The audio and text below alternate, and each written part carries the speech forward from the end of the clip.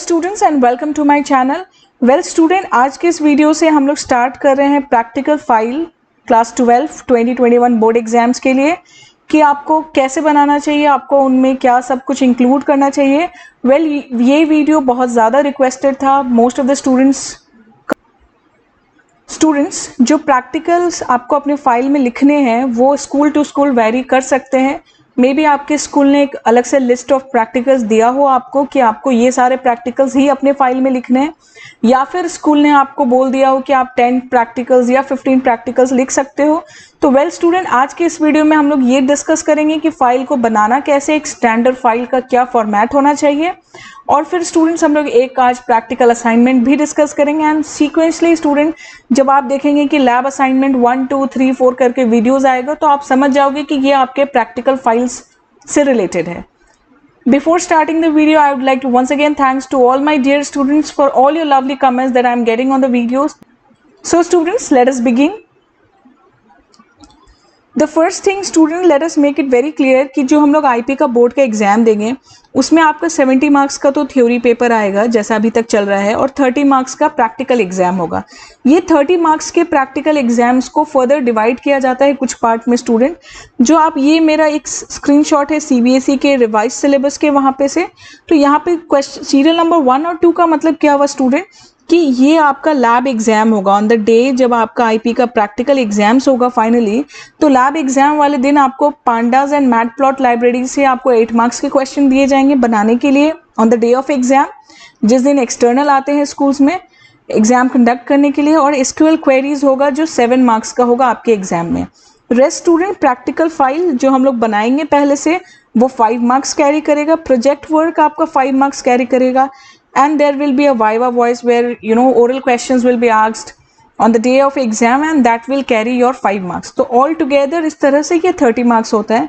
तो हम लोग जो ये प्रैक्टिकल फाइल का सीरीज करेंगे ये बहुत ही इंपॉर्टेंट है अपने आप में, क्योंकि अगर आप इसको ठीक से मेंटेन करते हैं, अपने स्कूल के टीचर से ज़रूर गाइडलाइंस लेंगे और साथ साथ आप वीडियोस भी फॉलो कर सकते हैं।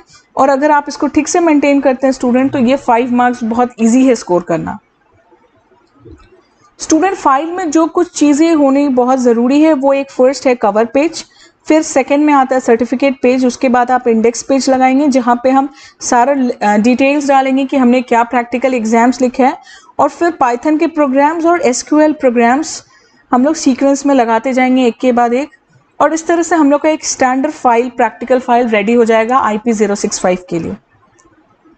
स्टूडेंट्स, यहाँ पे हम लोग एक रफ कवर पेज जस्ट एक आइडिया के लिए, यहाँ पर जो ये ब्लैक डॉट्स में यहाँ पे आप अपने स्कूल का नाम लिख सकते हो, XYZ senior secondary school, anything you have, then the session, and then here you can place the monogram of your school, logo or whatever it is, and then you can write your subject code, practical file, and since the file contains Python and MySQL, so I have just mentioned the logo, taking it from the internet। आप Google में जाएंगे, Python लोगो लिख के आप Google images में जाएंगे और बहुत इजीली आपको ये मिल जाएगा, और आप इसको कैसे भी डिज़ाइन कर सकते हैं। There is no hard and fast rule. This is just for an synopsis and idea for how the cover page should look like। अब आप इसको थ्रेड फाइल में भी बना सकते हैं या फिर आप स्टिक फाइल में A4 शीट्स में भी बना सकते हैं, हैंड रिटन भी हो सकता है, प्रिंटेड भी हो सकता है। ये सब के लिए प्लीज़ आप इंटरनल टीचर से ज़रूर पूछ लें स्कूल के कि उन्होंने कैसे स्कूल के लिए गाइडलाइंस रखा है कि आपके फाइल किस तरह से बने होना चाहिए। अगर उन्होंने कोई गाइडलाइन नहीं दिया है तो मेरा सजेशन होगा कि आप हैंड रिटन फाइल बनाएं। कवर पेज आप प्रिंट आउट कर सकते हैं, आप नेक्स्ट फर्स्ट के 2-3 पेजेस प्रिंट आउट कर सकते हैं, बट जो प्रैक्टिकल्स जो हम लिखते हैं, हम लोग का जो प्रोग्राम होता है और उसका जो आउटपुट होता है student, I will suggest you that you should make it, it should be handwritten. So this is ideally how your cover page should look like. You can add on details over here, there's no issues with that. So student, next is an ideal certificate page. आप देखेंगे कि जब physics chemistry bio वाले जो files होते हैं उसमें already ये बना होता है। आईपी में आप इस तरह से एक ड्राफ्ट कर सकते हैं। सो यहाँ लिखा है this is to certify name of the candidate, roll number of class, session, has prepared the practical file as per prescribed syllabus of IP class 12 CBSE under my supervision. I'm completely satisfied by the performance. I wish him all. So ये एक ideal layout है that how a certificate page should look like. Here you will get your principal sir signature, teachers in charge signature, and the external signature जो आपके final exams conduct कराने के लिए आते हैं। Student index page next certificate के बाद वो कैसा होना चाहिए? सो इंडेक्स पेज में student ideally you should have a serial number, then you should have student date of performance, that जब आपने वो लैब में कब किया। तो क्योंकि इस बार हम लोग कोविड-19 की वजह से सब स्ट्रक है घर में, तो आई डोंट थिंक ये डेट ऑफ परफॉर्मेंस आप लिखोगे यहाँ पे, but that is up to you. Then you will have a column for name of practicals students. After that you will put up a column for page number कि वो practical किस page number में है student, and then you will here have a column for teacher's signature or remark as you feel, okay, and then here you can make further rows। और आपके एक index के page में होंगे नहीं तो आपको 2-3 इंडेक्स के पेजेस अटैच करने होंगे। नेम ऑफ प्रैक्टिकल्स आप यहाँ सीक्वेंशली लिखेंगे, page number and then signatures, okay. So student, here I have given a sample practical number 1. How should we just start? Starting में रैंडमली जस्ट पाइथन पांडास के programming से नहीं start करते हुए एक पहला प्रोग्राम, एक सिंपल सा कैलकुलेशन है स्टूडेंट कि write a program using Python to calculate simple interest. Well student, आप अपने फाइल में क्या करेंगे, आप सोर्स कोड जरूर लिखेंगे। ये आपको ज़रूरी नहीं है मेन्यूज़ लिखना, सोर्स कोड मतलब यहाँ से यहाँ तक, और उसके बाद आपको आउटपुट ज़रूर लिखना है स्टूडेंट। आउटपुट आप वाइट पेज की तरफ ड्रॉ भी कर सकते हैं, या सेम पेज में आप नीचे में एक बॉक्स बनाकर आप उसके ऊपर आउटपुट लिखकर आप आउटपुट यहाँ पर भी दिखा सकते हैं स्टूडेंट। तो वेल स्टूडेंट, ये प्रोग्राम में है क्या, सिंपल इंटरेस्ट कैलकुलेट करना है। सिंपल इंटरेस्ट का फॉर्मूला हम लोग जानते हैं, it is P into R into T divided by 100।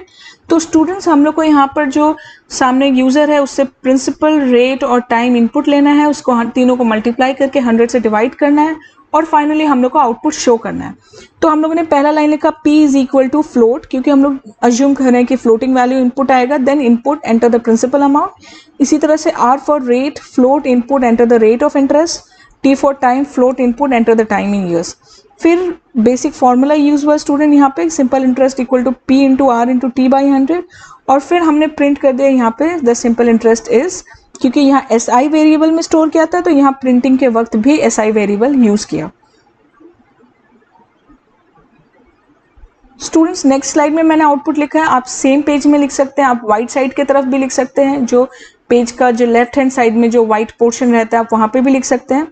तो ये है आउटपुट, जहाँ पे जो मैंने यहाँ पे एक स्क्रीनशॉट ले रखा है, आप जस्ट इसको आउटपुट बॉक्स बनाएंगे और यहाँ लिख देंगे। So enter the principal amount 1000, enter the rate of interest 2 डाला, सपोज टाइम 1 डाला, and so it calculated the result and displayed you in this way. So students, we have just started with the practical file series also simultaneously, and I'll be coming up with my next videos very soon, because of the request that I was getting to make a video on how to start with the practical file and what to write and how should we present it for the board exams. I have just started with this series as well. I hope students you liked it. If you have any queries, please join in the Telegram group and you can drop a message over there for me, and even you can drop in the comment section and I'll get back to you. So until our next video students, keep sharing the video, keep learning, keep studying, stay blessed. Thank you.